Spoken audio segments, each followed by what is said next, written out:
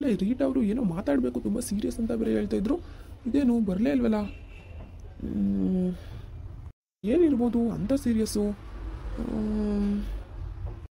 Sir, may I come in?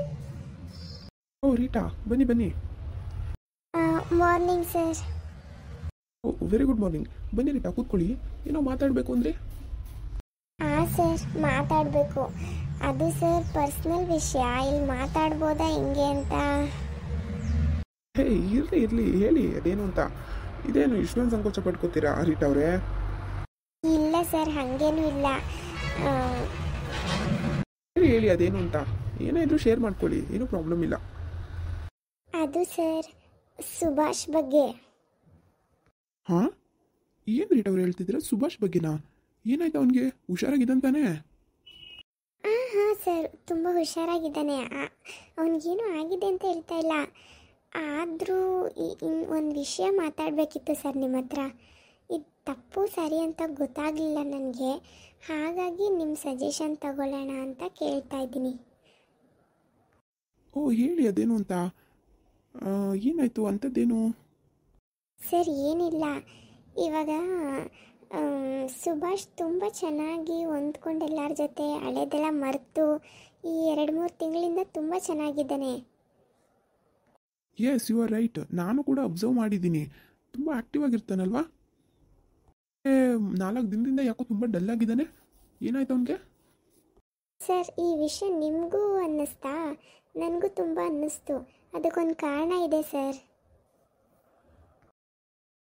O is it? ಕಾರಣನಾ? ಏನು ಕಾರಣ ರೀಟಾ ಅವರೇ?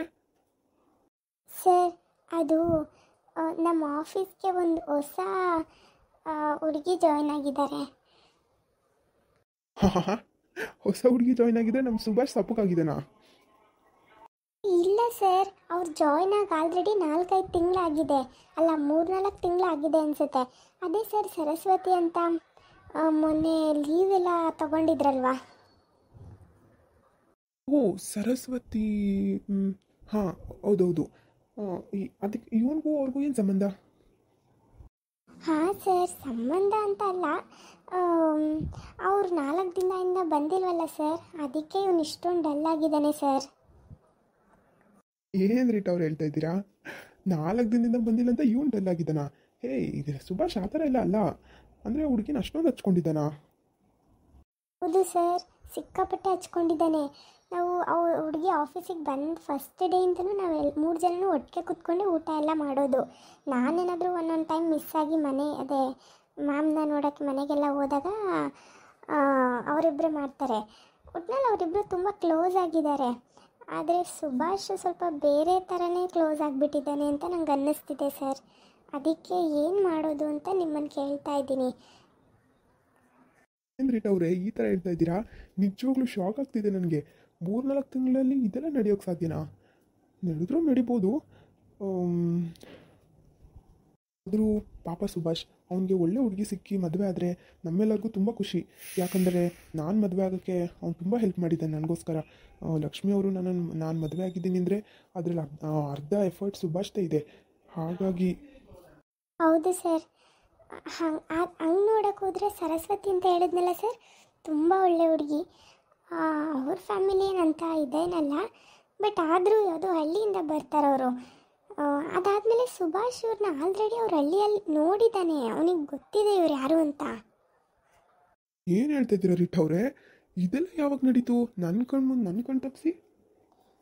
ಅದೇ ಸರ್, ನಂಗೆ ಮೈಂಡ್ ರಿಲೀಫ್ ಬೇಕು, ನಂಗೆ ತುಂಬ ದುಃಖ ಆಗ್ತಿದ್ದೆ. ಅವಾಗೆಲ್ಲ ಕುಡ್ಕೊಂಡು ಅಡ್ಡಾಡ್ತಿದ್ನಲ್ಲ ಸರ್, ಅವಾಗ ಒಂದು ಊರಿಗೆ ಹೋಗಿದ್ನಲ್ಲ, ಸರಸ್ವತಿ ಊರಿಗೇನೆ ಹೋಗಿರೋದವನು.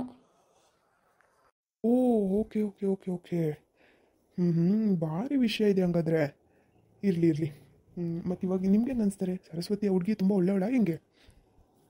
ಹಾಂ ಸರ್, ಆ ಹುಡುಗಿ ತುಂಬ ಒಳ್ಳೆ ಮನಸ್ಸಿರೋ ಹುಡುಗಿ. ನನಗನ್ಸುತ್ತೆ ಸರಸ್ವತಿ ಸುಭಾಷ್ ಒಳ್ಳೆ ಜೋಡಿ ಅಂತ. ಆದರೆ ಆ ಹುಡುಗಿ ಅವನ ಮೇಲೆ ಈ ಥರ ಫೀಲಿಂಗ್ಸ್ ಎಲ್ಲ ಇಲ್ಲ ಅನಿಸುತ್ತೆ. ಅದಕ್ಕೆ ನಾವೇ ಸ್ವಲ್ಪ ಎಫರ್ಟ್ ಹಾಕಿದ್ರೆ ಏನಾದರೂ ಆಗ್ಬೋದೋ ಏನೋ ಅಂತ. ಅವಾಗ ಸುಭಾಷ್ ಲೈಫ್ ಕೂಡ ಚೆನ್ನಾಗಿರುತ್ತೆ, ಅವನಿಗೂ ಒಂದು ಮದುವೆ ಅಂತ ಆಗುತ್ತೆ, ಚೆನ್ನಾಗಿರ್ತಾನೆ ಅಂತ ನಾನು ನಿಮ್ಮ ಹತ್ರ ಈ ವಿಷಯ ಮಾತಾಡೋಕ್ಕೆ ಬಂದೆ. ನೀವು ಹೇಳೋದು ಸರಿ ರೀಟಾ ಅವರೇ. ಆದರೆ ಆ ಹುಡುಗಿಗೆ ಇಷ್ಟ ಆಗಿಲ್ಲ ಅಂದರೆ ಏನು ಮಾಡೋದು ನಾವು? ಇಲ್ಲ ಸರ್, ಅವ್ರ ಮನೆಗೆ ಹೋಗಿ ಮಾತಾಡಿದ್ರೆ ಅವರೇ ಹೆಣ್ಣು ಕೊಡ್ತಾರೆ ಅನಿಸುತ್ತೆ. ಅಂದರೆ ಇವಾಗ ಲವ್ ಗಿವ್ ಅಂತೆಲ್ಲ ಅಂದರೆ ಅದು ಆಗುತ್ತೋ ಇಲ್ವೋ ನನಗೆ ಗೊತ್ತಿಲ್ಲ ಅವ್ರ ಮಧ್ಯೆ. ಆದರೆ ನಾವೇ ಸ್ವಲ್ಪ ಎಫರ್ಟ್ ಹಾಕಿ ಸುಭಾಷ್ ಹತ್ರ ಮಾತಾಡಿ ಅವ್ರ ಮನೇಲಿ ಹೆಣ್ಣೆಲ್ಲ ಕೇಳೋ ಈ ಥರ ಮಾಡಿದ್ರೆ ಏನೋ ಅವರಿಬ್ಬರು ಒಂದಾಗ್ಬೋದೇನೋ ಅಂತ ನನಗೂ ಅನ್ನಿಸ್ತಿದೆ ಸರ್. ನಿಮಗೇನು ಅನಿಸುತ್ತೆ ಸರ್? ಆರಿಟ್ ಅವರೇ, ನೀವು ಹೇಳೋದೇನೋ ಕರೆಕ್ಟ್ ಚೆನ್ನಾಗಿದೆ, ಆದರೆ ಆ ಹುಡುಗಿ ಒಪ್ಪಲಿಲ್ಲ ಅಂದರೆ ನಾವು ಮಾಡಿದ್ದೆಲ್ಲ ವೇಸ್ಟ್ ಆಗಲ್ವಾ? ಅನ್ನಿಸ್ತಿದೆ ಸರ್, ಅವ್ರ ಮನೆಯವರು ಒಪ್ತಾರೆ ಅಂತ. ಯಾಕಂದರೆ ಇವಾಗ ಆಲ್ರೆಡಿ ಸುಭಾಷ್ನವರು ಮೀಟ್ ಮಾಡಿದ್ದಾರಲ್ವಾ, ಇವ್ನು ಯಾರು ಹಿಂಗೆ ಅಂತೆಲ್ಲ ಗೊತ್ತಿರುತ್ತೆ. ಆ ಸುಭಾಷು ಹಂಗೂ ಏನೋ ಒಳ್ಳೆ ಪೋಸ್ಟಲ್ಲೇ ಇದ್ದಾನೆ ಕಂಪ್ನಿಯಲ್ಲಿ. ಅವ್ರಿಗೂ ಒಂದು ನಂಬಿಕೆ ಇರುತ್ತೆ ಅಲ್ವಾ ಸರ್, ಒಳ್ಳೆ ಹುಡುಗ ಅಂತ. ಹಾಗಾಗಿ ಅವ್ರ ಮನೆಯವರು ಒಪ್ಪಿದ್ಮೇಲೆ ಸರಸ್ವತಿಯವರು ಒಪ್ತಾರೆ ಅಲ್ವಾ ಸರ್? ಹೌದು, ನೀವು ಹೇಳೋದು ಸರಿ, ಹಿಂಗೂ ಯೋಚನೆ ಮಾಡ್ಬೋದು. ಆದರೆ ಸರಿ ಬಿಡಿ, ಆಯಿತು, ಹಿಂಗೆ ಮಾಡೋಣ. ಫಸ್ಟು ಸುಭಾಷ್ ಹತ್ರ ಒಂದಿನ ಮಾತಾಡೋಣ ಕೂತ್ಕೊಂಡು, ಅವನೇನು ಹೇಳ್ತಾನೆ ಕೇಳೋಣ. ಸರ್, ಅವ್ನು ಫಸ್ಟ್ ಇಲ್ಲ ಅದು ಇದು ಅಂತಲೇ ಹೇಳ್ತಾನೆ. ನಾವೇ ಒಪ್ಪಿಸ್ಬೇಕು ಅವನನ್ನು. ಅವನ ಮನಸ್ಸಲ್ಲಿರೋದು ಪಾಪ ಅವನಿಗೆ ಗೊತ್ತಾಗ್ತಾ ಇಲ್ಲ ಏನು ಅಂತ. ಅದು ನಿಜ ಅನ್ನಿ. ಏನೋ ಬಿಡಿ, ನಮ್ಮ ಸುಭಾಷ್ ಲೈಫ್ ಚೆನ್ನಾಗಾಗ್ಬಿಟ್ರೆ ಅಷ್ಟೇ ಸಾಕು ನನಗಂತೂ. ಪಾಪ ಅದೆಷ್ಟು ಕಷ್ಟಪಟ್ಟಿದ್ದಾನೆ, ಅದೆಷ್ಟು ದುಃಖ ಅನುಭವಿಸಿದ್ದಾನೆ. ಹೌದು ಸರ್, ನನಗೂ ಹಾಗೆ ಅನಿಸುತ್ತೆ. ಸುಭಾಷ್ಗೆ ತುಂಬ ಒಳ್ಳೆ ಮನಸ್ಸಿದೆ. ಆ ಸರಸ್ವತಿಗೂ ಅಷ್ಟೇ ಸರ್, ಅವ್ರಿಗೂ ಒಳ್ಳೆ ಮನಸ್ಸಿದೆ. ಇಬ್ಬರು ಮದುವೆ ಆದರೆ ತುಂಬ ಚೆನ್ನಾಗಿರ್ತಾರೆ ಅಂತ ನಂಗೆ ಅನ್ನಿಸ್ತಿದೆ. ಹಾಗಾಗಿ ಬಂದು ಈ ವಿಚಾರ ಮಾತಾಡಿದ್ದು ಸರ್. ಕರೆಕ್ಟಾಗಿದೆ ನಿಮ್ಮ ಯೋಚನೆ. ಅಲ್ಲ ರೀಟ್ ಅವ್ರೆ, ಎಲ್ಲರಿಗೂ ಮದುವೆ ಮಾಡಿಸ್ಬೇಕು ಅಂತೀರಾ, ನೀವು ಯಾವಾಗ ಆಗೋದು? ನಿಮ್ಮ ಮದುವೆ ಊಟನ ಹಾಕ್ಸ್ರಿ. ಸರ್, ಮ್ಯಾಮ್ ಕೂಡ ಹಂಗೆ ಹೇಳ್ತಾರೆ, ನೀವು ಹಾಗೆ ಹೇಳ್ತೀರಾ. ನಂಗೆ ಮದುವೆ ಆಗೋ ಇಂಟೆನ್ಷನ್ ಇಲ್ಲ ಸರ್. ಏನು ರೀಟ್ ಅವ್ರೆ ಹಿಂಗೆ ಅಂದ್ಬಿಟ್ರಿ? ಅಲ್ಲ, ಆಯಿತು ಬಿಡಿ, ಏನೋ ನಿಮ್ಮ ಇಷ್ಟ. ನಮಗೂ ನಿಮ್ಮ ಮದುವೆ ಊಟ ಮಾಡೋ ಭಾಗ್ಯ ಯಾವಾಗ ಬರುತ್ತೋ ನಾನು ವೆಯ್ಟ್ ಮಾಡ್ತೀನಿ. ಅಯ್ಯೋ ಸರ್, ಈ ಥರ ಎಲ್ಲ ಹೇಳಿದ್ರೆ ಹೆಂಗೆ ಸರ್? ನೋಡೋಣ ಬಿಡಿ ಸರ್, ನಮ್ಮ ಮನೆ ಬರೆದಲ್ಲಿ ಏನು ಬರ್ದೈತೋ ಏನೋ.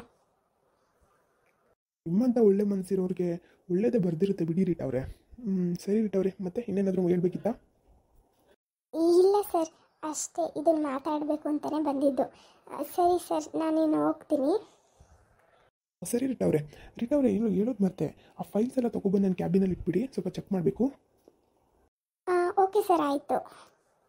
ಸರಿ, ಬರ್ತೀವಿ. ಎಲ್ಲರೂ ಕೂಡ ಲೈಕ್ ಮಾಡಿ, ಶೇರ್ ಮಾಡಿ, ಹಾಗೆ ಸಬ್ಸ್ಕ್ರೈಬ್ ಮಾಡಿಕೊಂಡು ಸಪೋರ್ಟ್ ಮಾಡಿ. ಕತೆ ಮುಂದುವರಿಯುವುದು.